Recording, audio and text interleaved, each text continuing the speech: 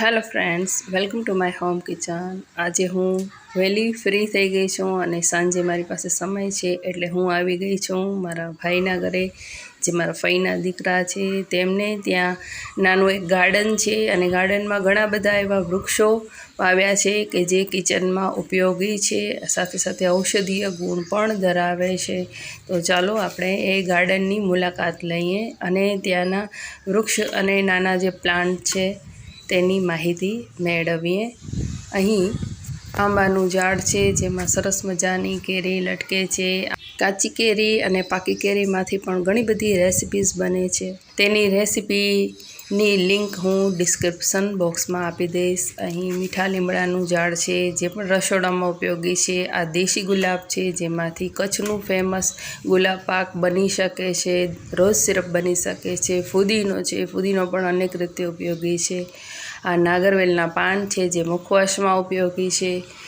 દેશી ગુલાબમાંથી ઘણા બધા રોઝ સિરપ અને કેટલીક સ્વીટમાં પણ ઉપયોગી છે. આ લેમન ગ્રાસ છે, લેમન ગ્રાસમાંથી પણ તેનું જ્યુસ બનાવી અને તે પી શકાય, જે ઇમ્યુનિટી બૂસ્ટરનું કામ કરે છે. અહીં એક ખૂબ મોટું ગટાટોપ જાંબુનું ઝાડ છે. તો આવા ઘણા બધા પ્રકારના અહીં વૃક્ષો છે કે જેના ફળ અને પાન ઉપયોગી છે અને તેના ફળમાંથી, તેના પાનમાંથી કેટલીક રેસિપીઝ બનાવવામાં કામ આવે છે, સાથે સાથે ઔષધીય ગુણ પણ ધરાવે છે. આવા લહેરાતા વૃક્ષો અને તેમાં લટકતા ફળો જોઈને ખૂબ જ મજા આવે છે. સાથે સાથે બાળકોને પણ આવા નાના ગાર્ડનમાં રમવાની મજા આવે છે. જો ઘરે નાનું આંગણું હોય કે આસપાસ એવી કોઈ વૃક્ષો ઉગાડવાની અનુકૂળ જગ્યા હોય તો જરૂરથી વૃક્ષો ઉગાડવા જોઈએ. ઘરે પણ નાના નાના પ્લાન્ટ્સના કુંડા મૂકવા જોઈએ, જે સુંદર દેખાય છે, સાથે સાથે ઉપયોગી પણ છે અને વાતાવરણ માટે પણ ખૂબ જ સારા છે. આ મસ્ત મીઠા જાંબુ ખાવાની તો ખૂબ જ મજા પડે છે. આ રાયણનું નાનું પ્લાન્ટ છે. જયેશભાઈ ચાંદીના એક કારીગર છે અને ચાંદીની તમામ પ્રકારની વસ્તુ બનાવે છે. સાથે સાથે રોજના સમયમાં 2 થી 3 કલાકનો સમય ફાળવી અને આ બધા વૃક્ષોની માવજત કરે છે. ચાલો આપણે જયેશભાઈ અને તેમના વાઈફ ગીતાબેન સાથે થોડી વાતચીત થઈ તેની ઝલક જોઈએ. જયેશભાઈ, તમે ચાંદીની કઈ કઈ આઈટમ બનાવો છો? હું બધે પ્રકારની ચાંદીની આઈટમ બનાવું છું. હાલમાં આ પિઝામાં બનાવેલી એ ત્યારે ખૂબ સરસ છે. સોના ચાંદીનો કારીગર છું. મને નાનપણથી આવડતું શોખ. આ જયેશભાઈના વાઈફ છે જેમનું નામ ગીતાબેન છે. ગીતાબેનને પણ વૃક્ષોનો બહુ જ શોખ છે અને તેઓ પણ વર્ષોથી વૃક્ષની માવજત કરે છે અને વૃક્ષ ઉછેરનું કામ કરે છે. ચાલો આપણે જાંબુ અને વિવિધ વૃક્ષોની માહિતી મેળવીએ. તો જયેશભાઈ, જાંબુનું ઝાડ તમે ક્યારે ઉગાડ્યું અને તેનો ઉછેર કેવી રીતે કરો છો તેની માહિતી આપશો. માહિતી ગીતાભાભી પાસે મેળવીએ. જાંબુના ઝાડને 5 વર્ષથી સ્ટાર્ટિંગ થયું ફળ આવવાનું, પણ હવે એટલા ઘટાદાર અને ઘાટા અને મોટા અને એકદમ મીઠા ફળ આવે છે. બહુ સરસ, અને એની કેર કરવામાં પણ સારી એવી કેર કરીએ છીએ. તેમાં સ્ટાર્ટિંગ ચૈતર મહિનાથી કરીને 3-4 મહિના એની કેર રાખવી પડે છે. એ પછી એના ફળનું બહુ જ સરસ મજાનું માવજત કરવાથી બહુ સરસ મીઠા અને એકદમ બધું આપણે ડાયાબિટીસમાં અને પેટને લગતા પછી એવી રીતના ઘણા ફાયદામાં જાંબુના ઝાડના ફાયદા શું છે? જાંબુના ઝાડના ફાયદા સૌથી પહેલાં તો જાંબુ તે ડાયાબિટીસમાં કામ આવે છે અને એના ઠળિયા પણ ડાયાબિટીસમાં કામ આવે છે. એ જાંબુ દાંત માટે, પેટા માટે, પેટ માટે ઘણી જગ્યાએ કામ આવે છે. અને જાંબુના ઠળિયાનો મુખવાસ બનાવીને તે પણ ડાયાબિટીસમાં લેવા માટે સારા એવા કામ આવી જાય છે.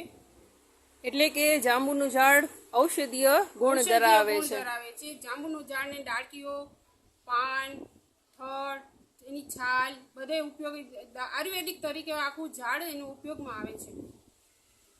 ભાઈ, જાંબુ સિવાય બીજા કયા વૃક્ષો તમે વાવ્યા છે? મીઠો લીમડો, પછી આંબો, દાડમ,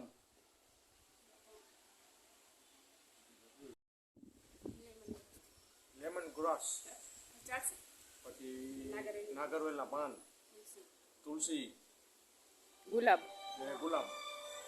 જાંબુનું આટલું મોટું ઝાડ છે તો તેમાં કેટલા ફળ આવે છે, એટલે કે કેટલા કિલો જાંબુ ઉતરે છે? હા, તો અમારે અહીંયા જાંબુ સારા એવા ફળ ઉતરે છે. સારા એવા ફળ મોટી સાઈઝના હોય છે, તો એ અંદાજિત 80-100 કિલા જેવા આસપાસ થાય છે. જયેશભાઈ, જ્યારે જાંબુના આટલા બધા ફળ આવે છે ત્યારે તમે આટલા બધા મોટા પ્રમાણમાં ફળ જે મળે છે તેનું શું કરો છો? એ સગા સંબંધીને નાના છોકરાઓને એને આપી દઈએ. ખૂબ સરસ. જાંબુના ઝાડમાં સિઝન દરમિયાન 80થી 100 કિલા જેટલા જાંબુ ઉતરે છે, જેનો તેઓ આજુબાજુમાં બાળકોને અને સગા સંબંધીમાં વિતરણ કરે છે. તો આ રીતે દરેક વૃક્ષ અનેક રીતે ઉપયોગી છે. આપણે પણ નાના નાના પ્લાન્ટ રોપવા જોઈએ અને શક્ય હોય તો વૃક્ષનું વાવેતર કરવું જોઈએ. એક વ્યક્તિ એક વૃક્ષ વાવે છે તો વિચારો કે ભવિષ્યમાં કેટલા બધા વૃક્ષ વાવી શકીએ અને હરિયાળી લાવી શકીએ. વૃક્ષ વાતાવરણને શુદ્ધ કરે છે, વાતાવરણમાં ઓક્સિજનનું પ્રમાણ વધારે છે. જો વાતાવરણમાં ઓક્સિજનનું પ્રમાણ વધે અને કાર્બન ડાયોક્સાઇડનું પ્રમાણ ઘટે તો તે આપણા સ્વાસ્થ્ય માટે ખૂબ જ ફાયદાકારક છે. વૃક્ષ સરસ મજાનો ઠંડો છાંયડો પણ આપે છે. પક્ષીઓ માટે રહેવાનું એક સ્થાન પણ છે. વૃક્ષ વરસાદ લાવવામાં મદદ કરે છે. વૃક્ષ અનેક રીતે ઉપયોગી છે. વિચારો, વૃક્ષ ના હોય તો શું થાય? માટે વૃક્ષારોપણ કરવું જોઈએ અને નાના પ્લાન્ટ્સ તો ઘરે મૂકવા જ જોઈએ. વિડીયો પસંદ પડ્યો હોય તો લાઈક કરજો, શેર કરજો. ફરી મળીશું નવા વિડીયો સાથે. ત્યાં સુધી take care and bye bye.